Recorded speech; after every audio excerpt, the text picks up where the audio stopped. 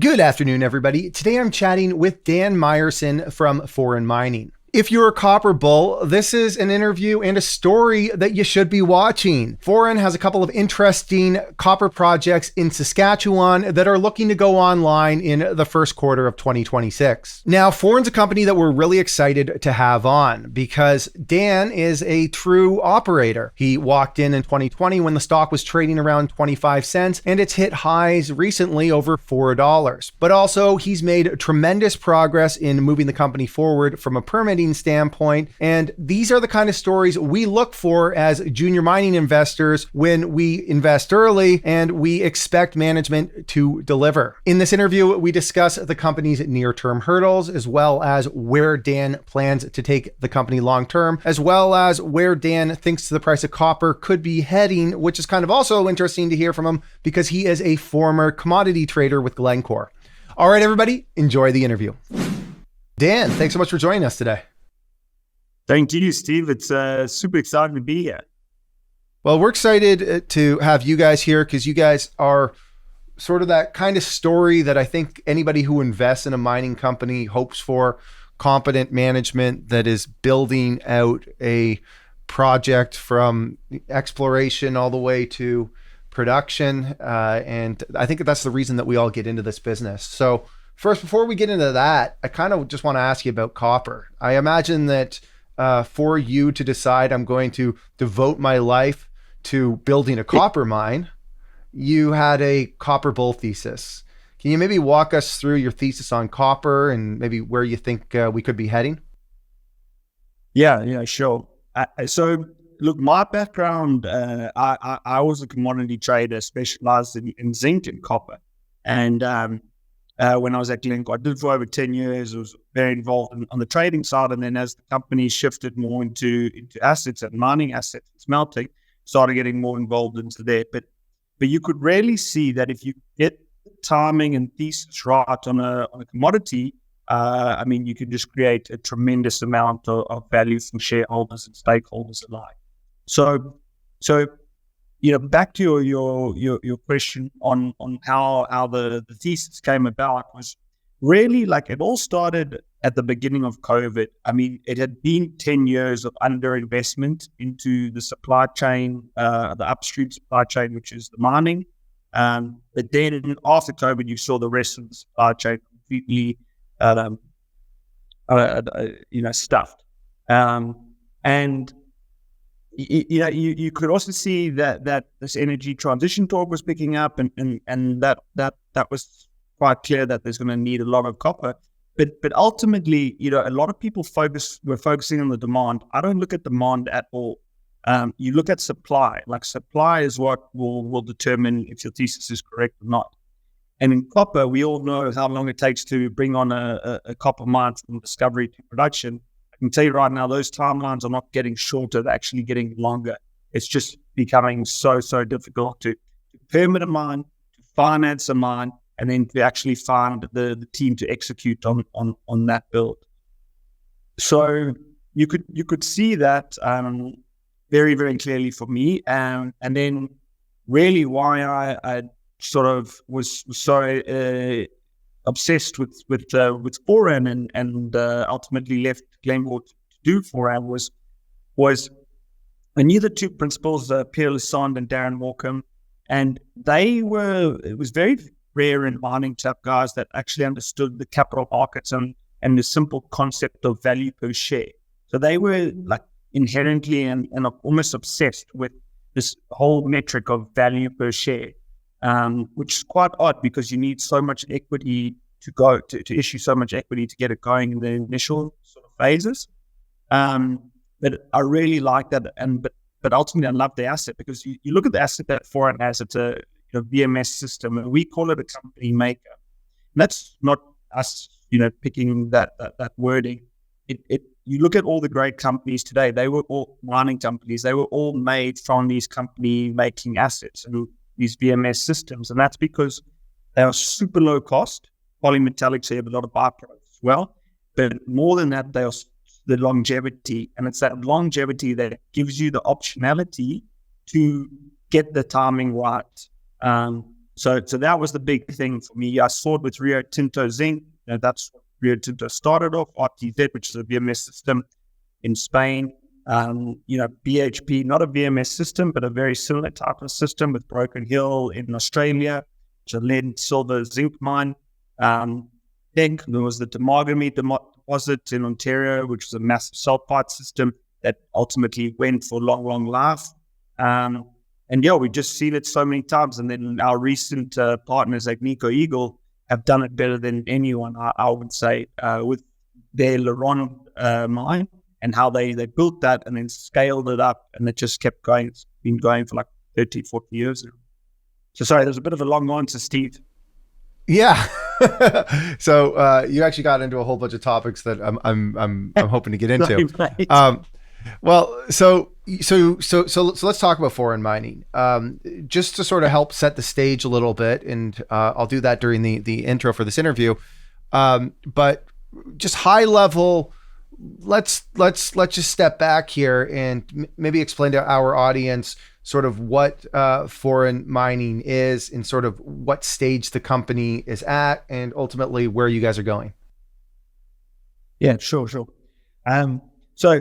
what is foreign mining? So we have got our main project, which was the McIlvenna Bay project. We've since discovered, which is a 45 million ton resource. It's open for another 2 kilometers at depth. So it's clearly going to grow.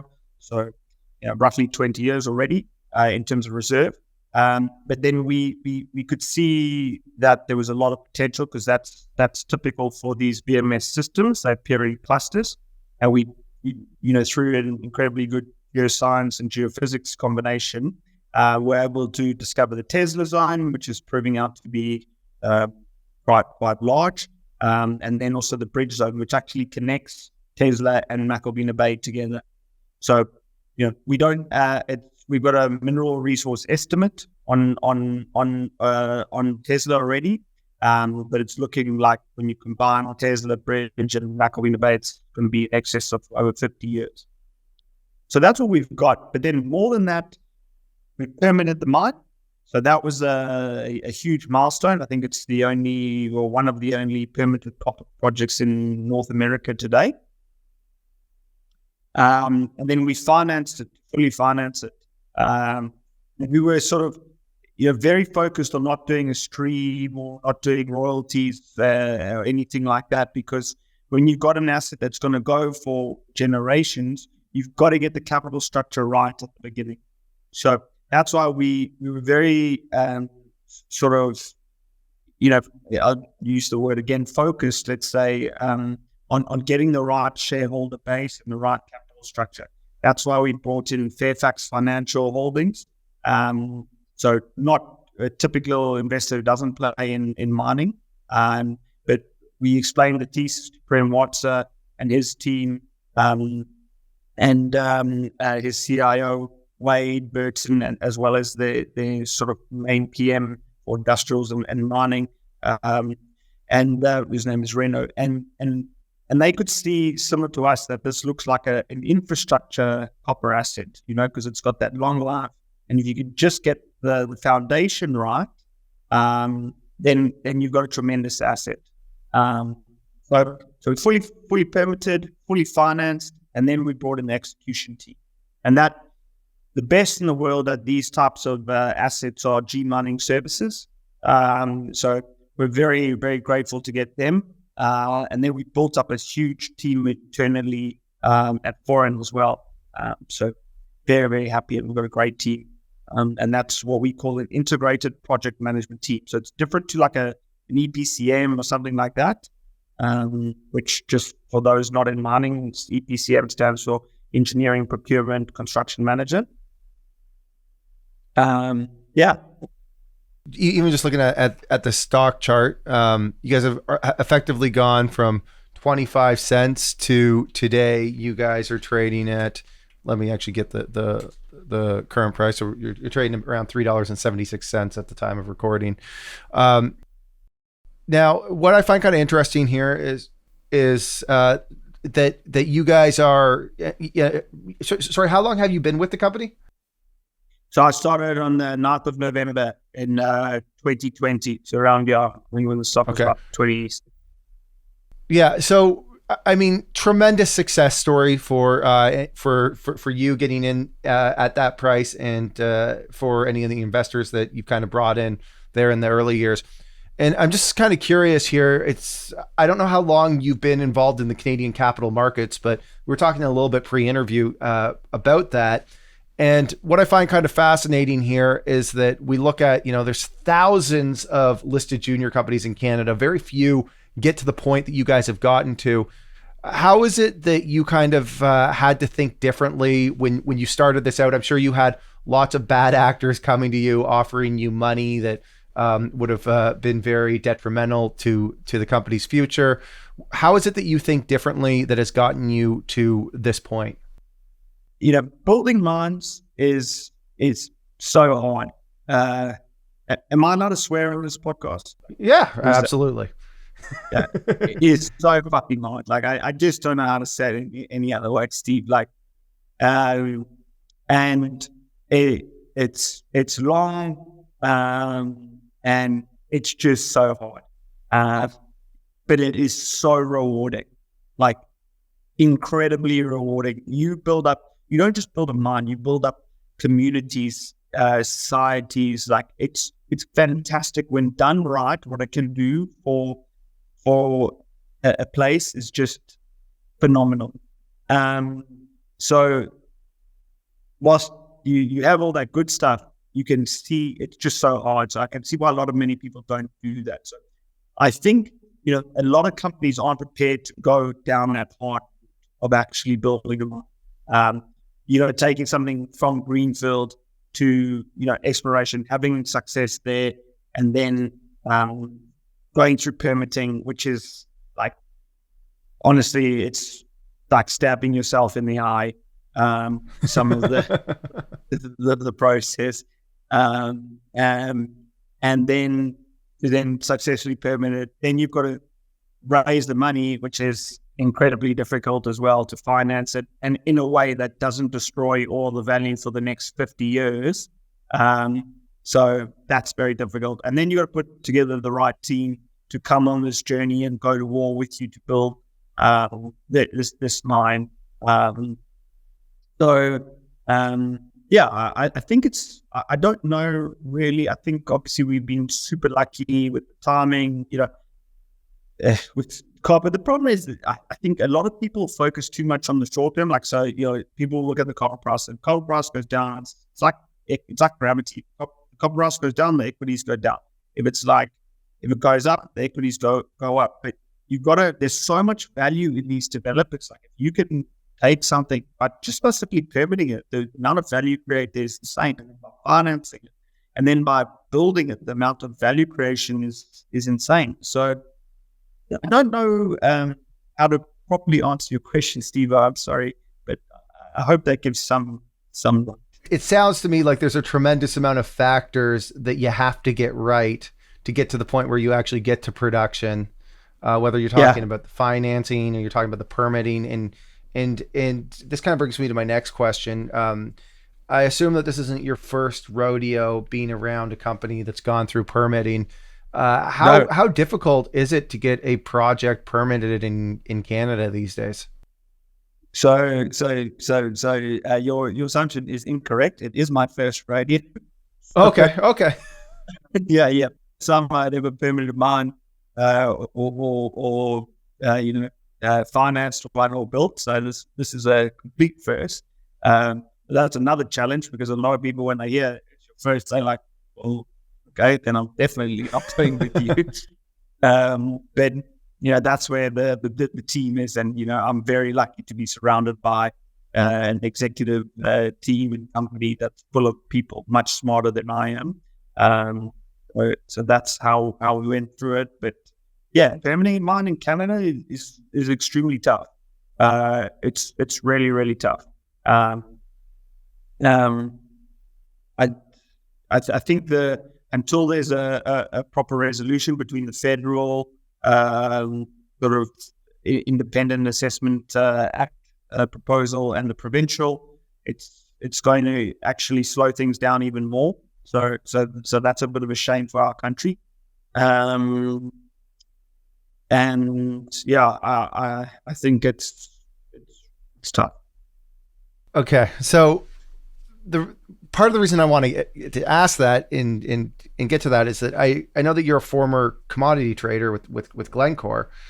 Now we always hear these quotes that get passed around on social media of Robert Friedland talking about how there's days left of inventory of copper.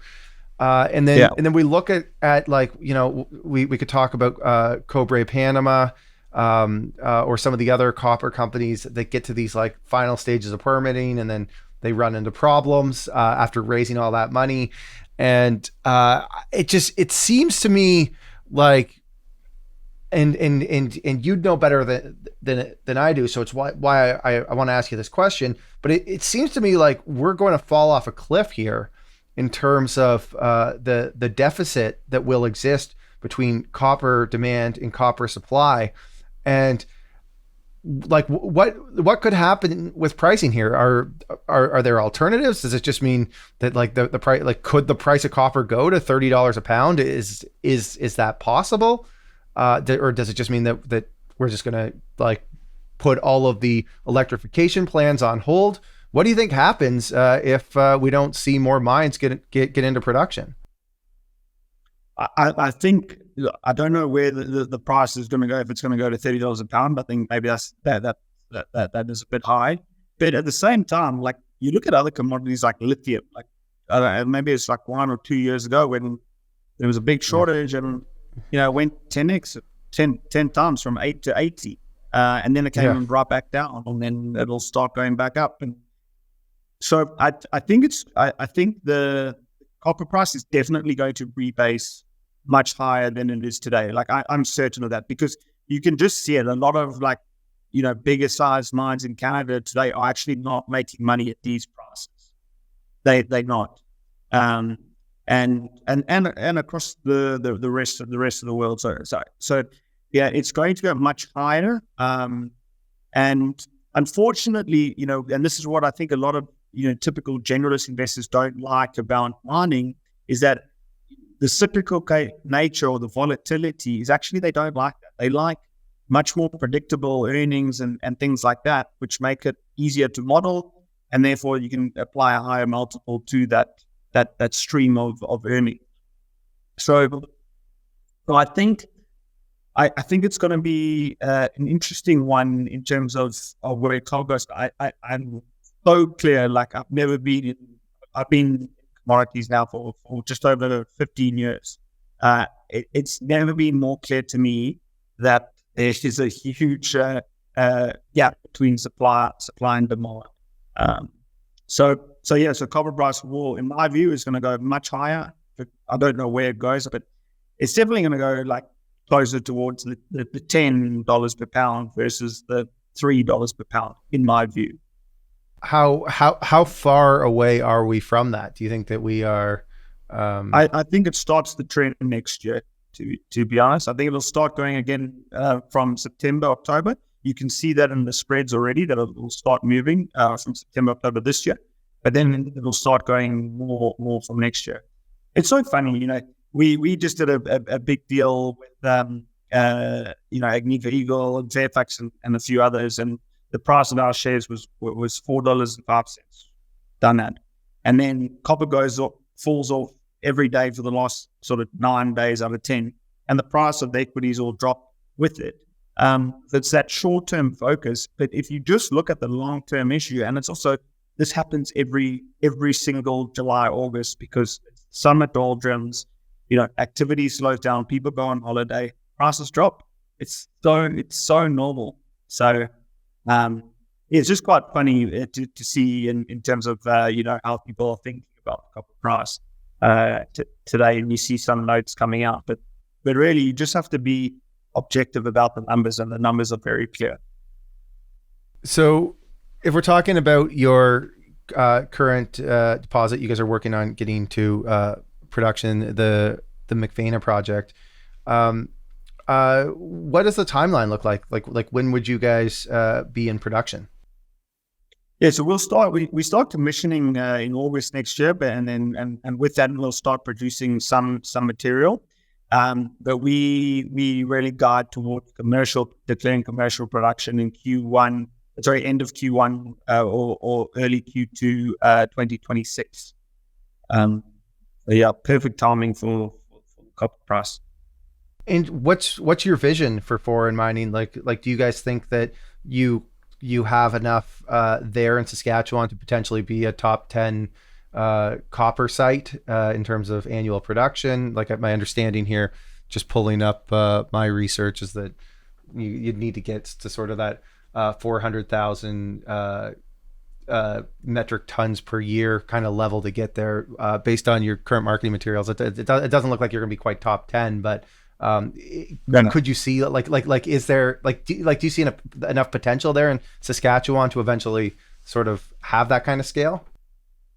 Yeah, I mean, look at our phase 2, we'll be producing 50,000 tons of copper per annum, around 100,000 tons of zinc, around 1.1 million ounces of silver, and 45,000 ounces of gold per annum.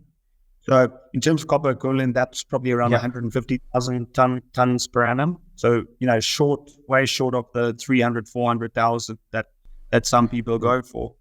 But again, we've got zero interest in going for those bigger ones because, we can't finance them in a value per share accretive way. Yeah, other companies can do that. The bigger ones like the London Minings, the BHP, they can do that and still protect value per share for their shareholders. But, we can't. And our big focus is all about value per share for your shareholders and your stakeholders. So we've got an asset that's going to go for, minimum 50 years already. That's fantastic. And that's when it comes down to capital allocation next, like how you start thinking once this is built, what do you do next? We just go from there. Yeah, I mean that's still nothing to shake a stick at. I mean, to get to the point where you're doing 150,000 annual tons of copper equivalent. I mean, what's that? Over $1 billion a year of copper equivalent. Yeah, well, so at today's prices, you'd be doing like around 600 million in EBITDA per annum. But you got a very high conversion to free cash flow, and that's what matters at the end of the day is FCF. So at 600 million per annum free cash with a 10x multiple, that's $6 billion company, which is pretty good. Obviously, copper prices go much higher than that changes. But ultimately, that's our focus is about how much cash you're going to produce per share. Okay, so if I'm an investor in Foran, or if I'm just trying to watch you guys and trying to evaluate management over, let's say, the remainder of 2024, what am I looking out for in terms of the next big steps for the company, the potential milestones, those sorts of things? Yeah, no, good question. So we obviously the announcement with the sanctioning the project and the FID and the strategic investment from Magnifico Eagle was huge, and that was 2 weeks ago. And then we're going to be putting out more exploration news from our discovery at Tesla as well as our regional exploration. So that's something that's super exciting. I think a bit rare. You don't many see developers so focused on the exploration. But again, that's where we're a little bit different because we've got such a prospective land package and district that we are trying to show that this is a world-class district.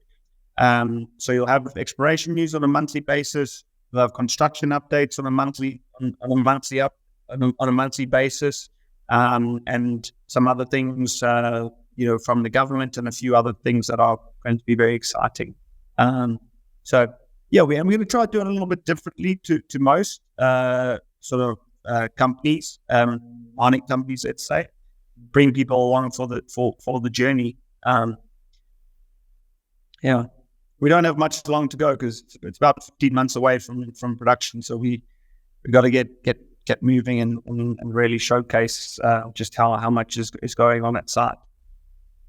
Well, Dan, I really appreciate you hopping on here today. And as somebody who invests in mining companies, I Really appreciate how far you guys have made it. I wish that there was more companies who performed like you guys do. I think that the world needs obviously more copper, but the mining investment community needs more companies that can actually get projects to move forward and roll up their sleeves and do the work and get to the stage that you guys have gotten to. So I know that there's a lot of work still ahead of you, and there's still a lot of risk for any investors that are watching this, but how far you've taken this is, in my view, very impressive. And hopefully you'll keep coming back on here in the future as the story continues to unfold and you execute on your plan. Yeah, Steve, thank you. Super kind words. I really appreciate it. And yeah, we just want to see the rest of the industry succeed, because I think if that's good for everyone. And yeah, I'd love to be back. As I was saying, I love your show. So it's just super grateful to be here, and thank you so much for having me on.